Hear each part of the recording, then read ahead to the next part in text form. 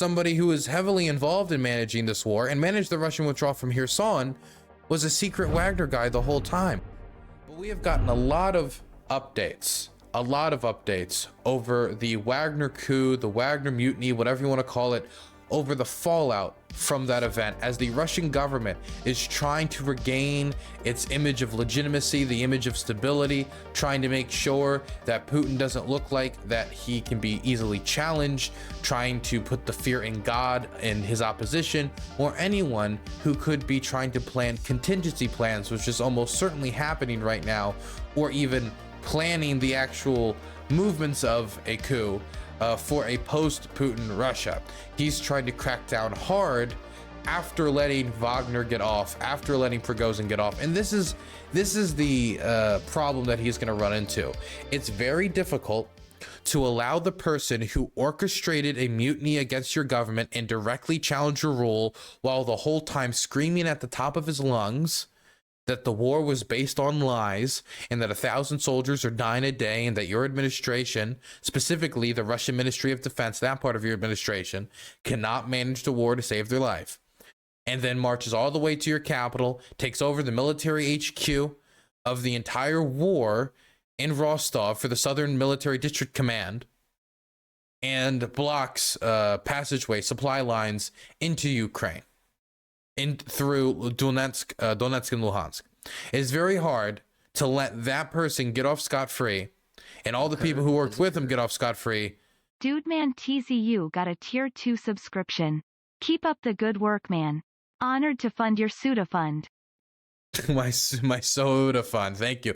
I do drink a lot of soda. Pepsi of course, but I prefer Dr. Pepper, and Dr. Pepper has finally made its way to Ukraine, so I'm a very happy camper. Thank you for being a tier 2 sub. But basically, because of the fact that Prigozhin was let off in this deal through Lukashenko, Putin looks weak, and it's gonna be basically impossible for him to regain that image, that infallible image, that invincible strongman image that he had before. If you look at the way that he's being talked about right now on Telegram and how people reacted to Putin's speech, it was not with admiration or wow or like maybe the slightest of begrudging respect, but everybody was confused. Why is Prigozhin getting off? Why is Wagner, who was supposed to be these popular heroes, why were they trying to deal with the Ministry of Defense in this way?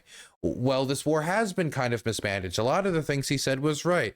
Or maybe Shoigu and Gerasimov do have to go. I mean, Shoigu is largely hated in the Russian military blogger sphere, and a lot of people pin the problems of the war's failings on Shoigu.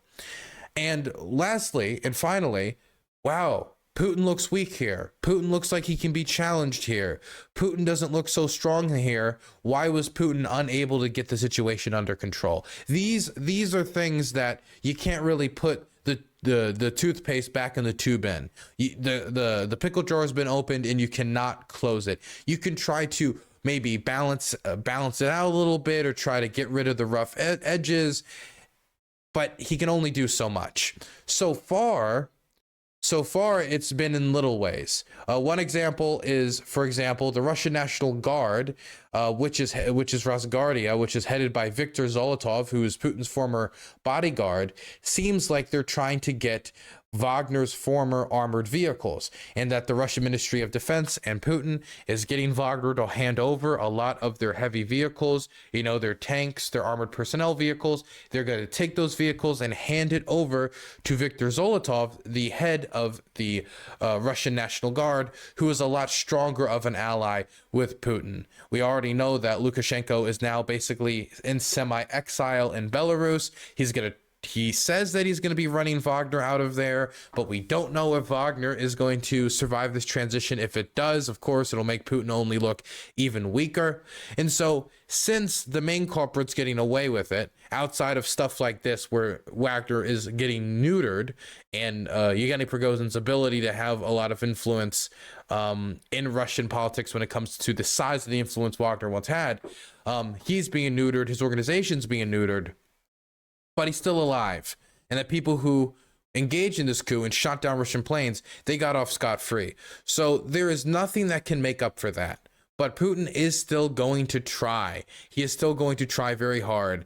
And so he is engaged right now in what is assumedly the start of a purge of people who were unloyal during the coup. Let's say, for example, people who stood by as everything happened, or maybe people who are even directly sympathetic to Wagner's calls when they were engaged in the mutiny. And so he is either cutting people out from rising up the leaderboard of power in Russian politics, arresting people, or removing them from their positions. He's started to engage in the purge. One second, let's read a little bit about this from Business Insider. According to Washington, D.C. based think tank, the Institute for the Study of War, a well-sourced Russian military blogger claimed that the large-scale purges had begun that large-scale purges had been launched by the Russian military commanders, and that the Russian Ministry of Defense is currently undergoing a crash test for loyalty. Sources also told the Financial Times that Putin is seeking to reestablish his authority over the Russian military in the wake of the rebellion and is freezing out suspected traitor sympathizers to repair his tough guy reputation. A source described as an acquaintance of Wagner leader Yevgeny Prigozhin told the outlet that Russian security service have started shaking down sympathizers and those who violated their oath.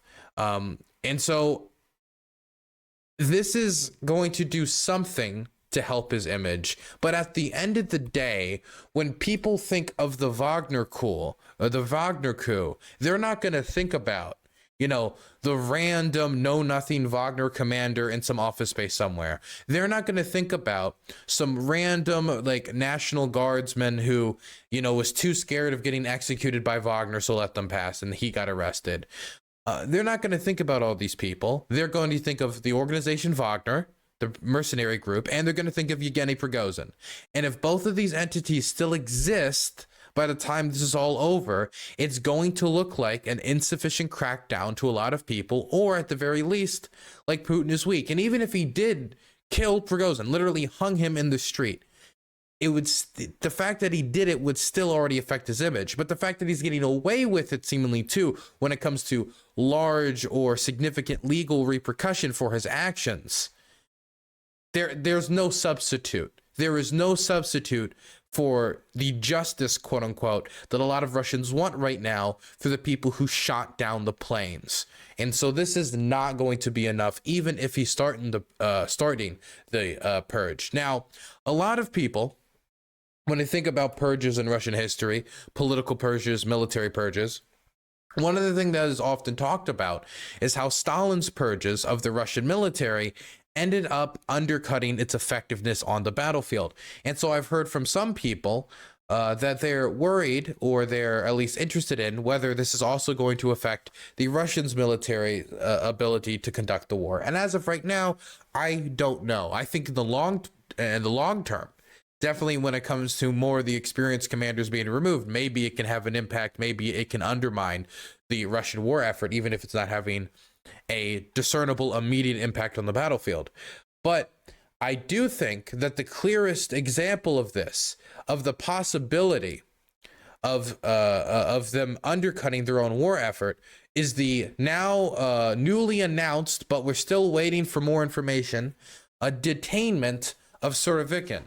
Surovikin, for those of you who do not know, is known as General Armageddon. Here's a picture of him with Vladimir Putin right here. He's the guy on the left. He cut his teeth in Chechnya. He cut his teeth in Syria, where he engaged in an extremely brutal bombing campaign against Syrian rebels who were fighting against the Assad regime. A lot of Syrian activists are angry about him because of the Russian bombing campaign. It targeted a lot of hospitals. It killed a lot of journalists, killed a lot of civilians. And so a lot of people, me included, don't like this guy very much. But eventually, he was also deployed in Ukraine for a short period of time, managed a war after it had started to fail, and also managed the withdrawal from Kherson. Now, eventually, Valery Gerasimov did overtake him as the chief of staff of the Russian armed forces. And ever since then, this guy has been his deputy and the head of the Russian Aerospace Command. But he was still seen as one of the big players in the Russian military, and seen as a pretty competent general. That he is, somebody who knows what he's doing. He's not somebody that's in the position that he's in just because he's friends with Putin or anything. He's a competent a well-studied military commander who has experience on the battlefield. And so that led to him managing the Kherson withdrawal quite well. And now, with him personally being put on the chopping block, there's a question of not only losing his expertise for the Russian military, but also all the other people that are going to get purged and replaced with people who undoubtedly are going to be more loyal to Putin. Now, for the stability of his regime, when it comes to him knowing that the people in important positions of power are loyal to him, that can be useful.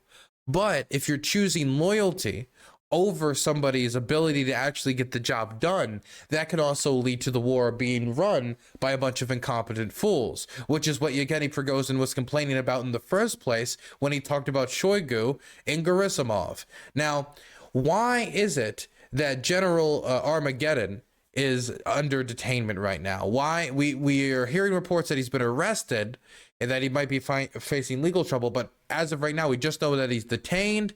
And we've got multiple reports about his detainment. Well, for those of you who don't know, General Armageddon, he is actually quite good friends with Yevgeny Prigozhin. Much better friends than I think we originally anticipated. When this whole, coup started, this whole military push started, this guy released a video, and we covered it in the big Wagner timeline piece on my second channel on DylanBurnsLIVE if you want to go check it out. He released a video where he told Wagner to stand down. He told Prigozhin to stand down. The video was very strange. I noted at the time that he seemed like he was intoxicated. I was confused as to why he was holding a gun on his leg. What was the purpose? What he was trying to indicate by holding that firearm in frame? And I was kind of confused as to why he was releasing this video so soon when the information was still so unclear about the Wagner columns. Now we're finding out that he's been detained, and according to CNN, and they're not the only one reporting on these deep ties with the Wagner group. The New York Times produced its own report saying that the Russian general knew about the coup in advance. And not only did the Russian general know about Yevgeny Prigozhin's coup in advance, but also that Yevgeny Prigozhin's good friend here was also a high-ranking member, a VIP member of the Wagner group in secret, which is super interesting. Let's see if we can play the segment from CNN.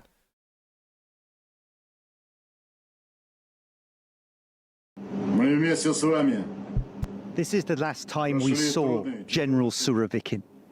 On Saturday, looking nervous, imploring Wagner mercenaries to end their brief rebellion.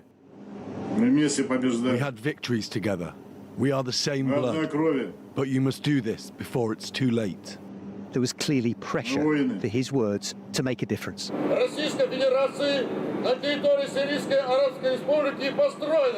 It's well known that Surovikin, nicknamed General Armageddon for his ruthless tactics, bombing cities in Syria, was very close to Wagner. But just how close is only now becoming clear. Documents shared exclusively with CNN suggest he was, since 2018, a secret VIP member of the group with a personal Wagner registration number. The documents obtained by the Russian Investigative Dossier Center list Surovikin along with at least 30 other senior Russian military and intelligence officials, who the Dossier Center says are also VIP Wagner members.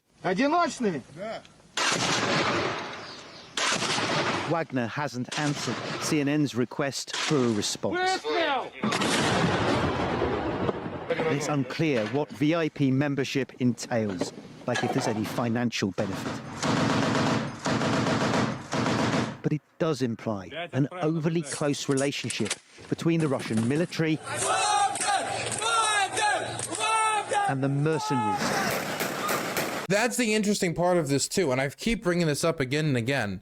Wagner for so long was such a secretive, murky organization operating in Syria, in Ukraine during 2014, 2015, early stages, operating in the Central African Republic. And they operated through like tons and tons of different shell companies in order to not only try to muddy the waters of exactly what they were doing and where they were doing it, but also to make it even more difficult to figure out the Russian government's ties to the organization. And now we have the president of Russia in the fallout of the Wagner coup going on TV saying, well, Wagner, you say that we suck at war, but we gave you all the money to do all your operations. We gave you all the resources to do all the operations. The situation has changed so drastically that we've gone from Russia saying, Wagner, what Wagner? How? No. I don't like, look, what's going on in the Central African Republic? That's different. That's not like, we're not doing mercenary work. That's not us. That's a totally different organization. To, we give Wagner all the supplies. We give Wagner all the weapons. We give Wagner all the money. Everything they do, it's us making them do it, because now they're trying to claim the glory of Wagner, quote unquote, the glory of Wagner, the military achievements,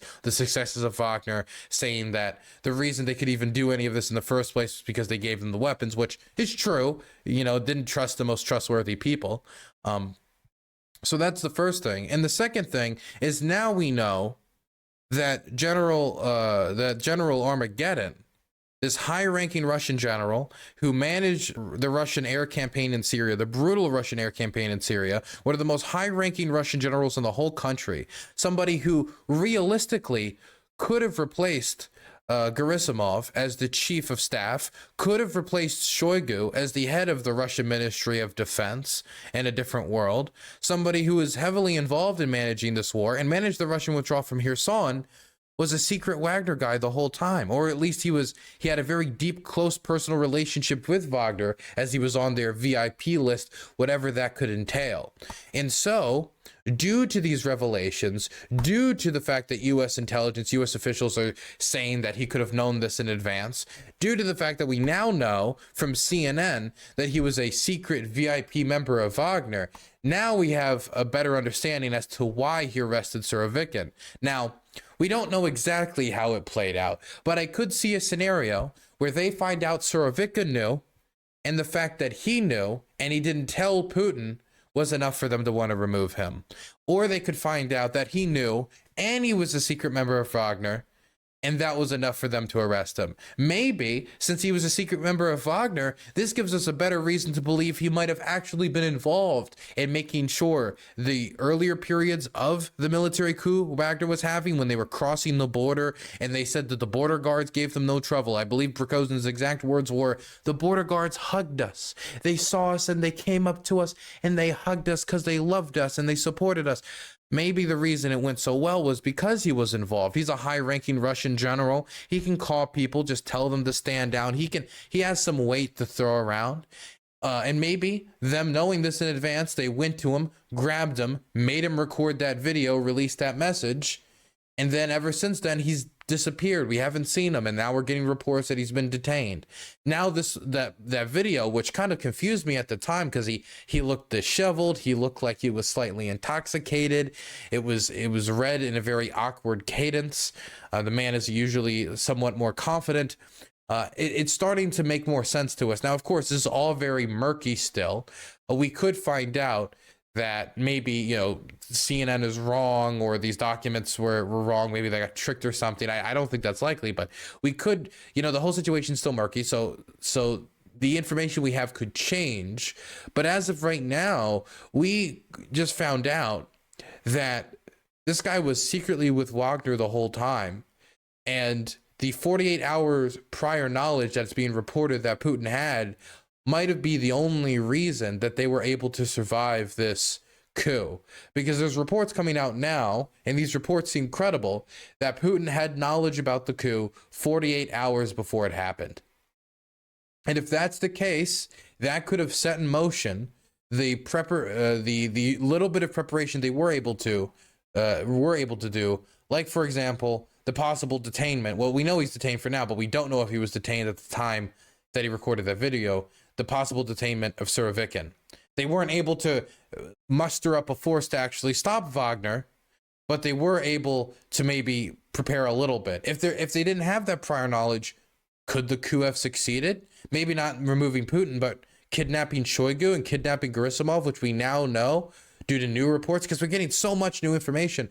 Was the goal of Prigozhin's operation was to go to Rostov, capture the head of the Russian Ministry of Defense, Shoigu, capture the chief of general staff, Gerasimov, and then he would have, quote unquote, all the leverage. He would have the leverage over the Russian MOD, and then they would have to listen to his demands in giving Wagner more resources, or at least allowing Wagner not to dissolve. But they had some prior knowledge, they hid, and so he made the push to Moscow and made a deal with Putin otherwise. And he was able to at least Putin was able to at least hold off these divisions bubbling up more to the surface than they already had. Man, this story has so many elements to it, and there's so much more information that's going to come out. This points to Prigozhin having a lot more chance of success than anyone could have ever initially predicted, knowing that he had people this high up like Surovikin, who we knew he was friendly with. We just never knew he was this friendly with them, possibly on Wagner payroll. This is pretty crazy. We actually don't know for sure if Mr. Armageddon is under arrest. That's the thing. We know he's detained. Or at least the reports are coming out that he's detained. He hasn't released any other videos since the initial video he released. And we're getting report after report saying that he's detained as Putin has started a round of purges. Also, we're having articles published with CNN showing that it had a much deeper relationship with Wagner than we could have initially anticipated. All the evidence seems to be pointing in a certain direction. Ivanovich420, thank you so much for the primer, being sub for 9 months on a 1-month streak. The Purge 6 Russian Boogaloo. I mean, the Purge 6, I don't know. That'd be, if we're talking Russia, this might be Purge 11, Purge 13. Didn't the U.S. throw him under the bus as well? Well, I don't know if we can call it throwing him under the bus. I would assume we were on the same team as him. But U.S. officials said publicly that General Armageddon over here had prior knowledge of the coup before it started. His daughter claims he is working as normal, so it could go either way. We'll find out. I mean, we got multiple reports that he's been detained, and we're getting reports of him having a deeper relationship with Wagner than we could have originally believed. Either way, the purges have started. Whether General Armageddon is going to get out of this purge with still a high-ranking position, or he's going to get away with this, or get out of it scot-free, has still yet to be seen. But if these CNN documents are true, we have good reason to believe that we're not going to be seeing him in a high-ranking position of power anytime soon, and we might not even be seeing him in public that much, if ever, anytime soon. My goodness.